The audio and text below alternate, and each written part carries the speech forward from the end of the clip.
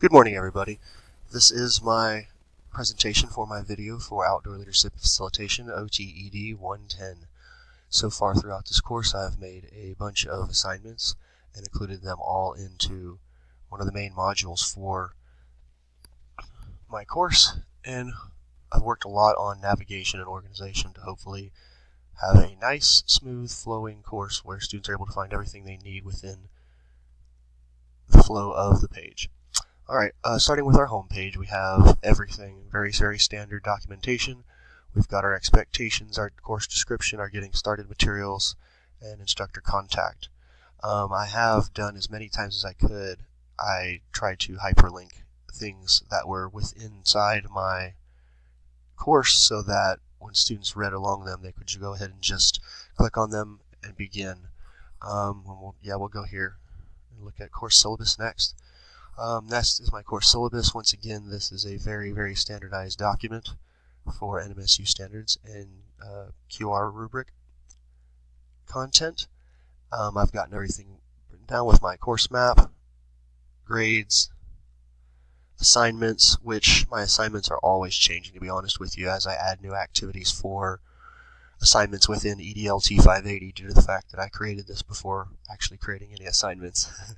So I've been having to go back and make sure that that balances out. Got it.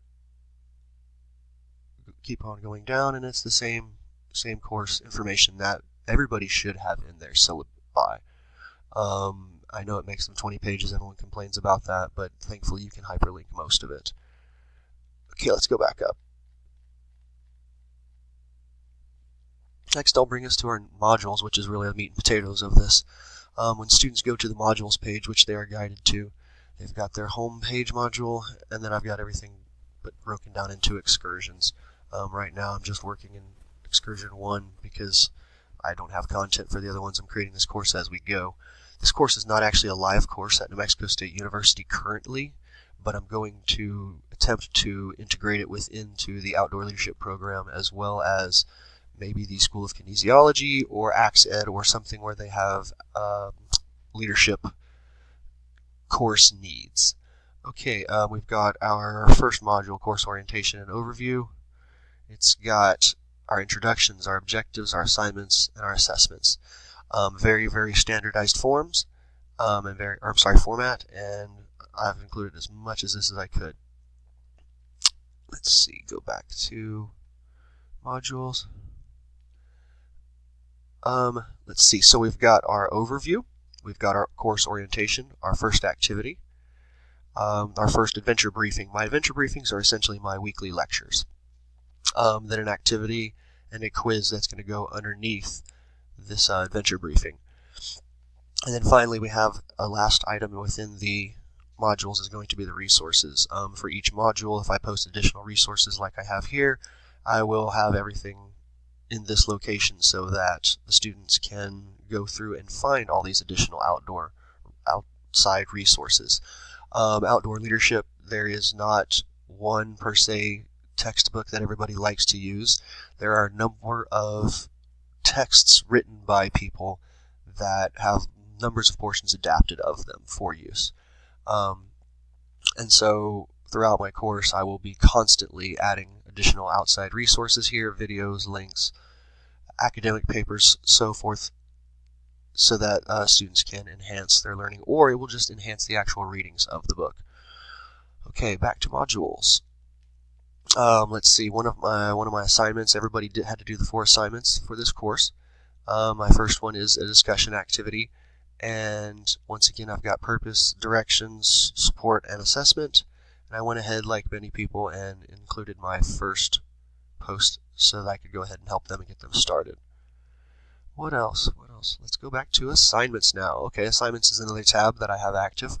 Of course, within modules and within the syllabus and within the individual excursions, all the assignments are linked and everyone can just jump to them. But if you're lazy like I am and you just want to go see what assignments are due, you can go here.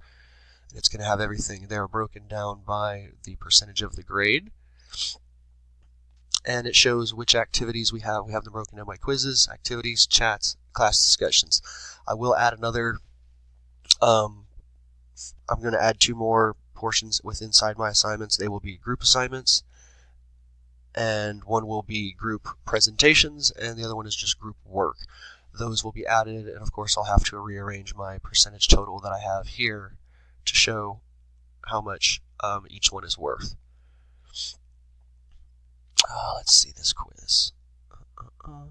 These quizzes are very standard. I'm here to try to make sure that my students know exactly what they need. They get a task, they get the conditions, then they get a standard to which they need to perform to. That is kind of how this entire course is going to be outlined, task, condition, and standards. And so all of my quizzes and other assignments will be worded to include all of those bare minimum items at the least. And I've got all of my assignments due here. Okay, grades. We also had to create a grade book. Okay. And I'm in the wrong section. So if I go to my default grade book, I don't have any students right here except for the test student. And so this test student has so far not done anything, but when they will, all of these grades will also update and inform them. Let's see, the biggest things I've found so far that have helped within my course and developing its content are, like I said at the beginning, organization and the actual content itself. I'm a big fan of simplicity. I end up being way too wordy, and so I'm trying to keep my page very simple and very to the point. Like I said, a task, the conditions underneath which you are to perform that task, and the standards to which you are to perform that task. This system has never really failed me, and I feel that if I offer at the very minimum all of those pieces of information, I can lead the students into asking for more information. That's not to say I'm intentionally leaving my assignments ambiguous or anything else like that. It's just, it's not a straightforward sign in once a week, do a 10-question quiz that's going to take you 5 minutes, post a couple of responses, nobody really cares, nobody listens, you're not engaged. It really is designed to get the students more engaged. Let me go to Adventure Briefing 1 real fast. Adventure Briefing number 1, I have these in text format as well as PowerPoint slides. The briefing, like I said, literally explains everything you have to do for your first excursion. It talks about the introduction of what you'll be talking about, major characteristics of our topic, assignments you will have underneath assessments, and then of course all your references. And then once again, like I said, all of these things have been created within the tabs, and so the students can go back and forth from them pretty easily. Hunting for items is one of my big pet peeves for Canvas or any other learning management system, and I do not want my students to have to hunt. So I need to find a way, I know there is a way, where I can literally make my home page the whatever excursion we are on for this week. So let's say that this is week 3. There's a way that I can set up Canvas so that it will, you click on home, you sign into your course, it'll immediately tell you up here at the top what week you're in, and then have a hyperlink to the excursion that we're in. Beneath that, it'll have all the assignments. Beneath that, we can have all of the references. That's what I would like to have set up for my homepage, but I haven't figured out that functionality yet. I feel that would be able to get students right on pace at any given time, shows them where they are at in the course, shows them what they already should have done. Of course, I'll incorporate on this right-hand column all the coming ups and make sure that my calendar is straight. Another thing I like to do is kick my calendar down to my students. A lot of, for some reason, the calendar is not used on Canvas by a lot of instructors and professors, and so it's hard for you to down and push assignment notifications through people's mail, through their calendar if it's not done. I found if your calendar is done, you can just literally download the calendar for NMSU for that class, and you'll have all of your assignments and notifications ready for you daily, which is really helpful with students that have smart devices because, well, like me, we forget a lot. Alright, that about covers my course. If you guys have any questions, please let me know. I will be out of town until Sunday night, so I'll get back with you and respond as much as I can. But if I don't, I apologize. Please privately email me if I don't get back to you or a response on the discussion page itself. Other than that, enjoy your spring breaks. I'm going to be taking students out climbing and camping in Arizona for the majority of the week, and I know it'll be fun. Have a great morning, and I will talk to you all later and see you all in the class. Bye.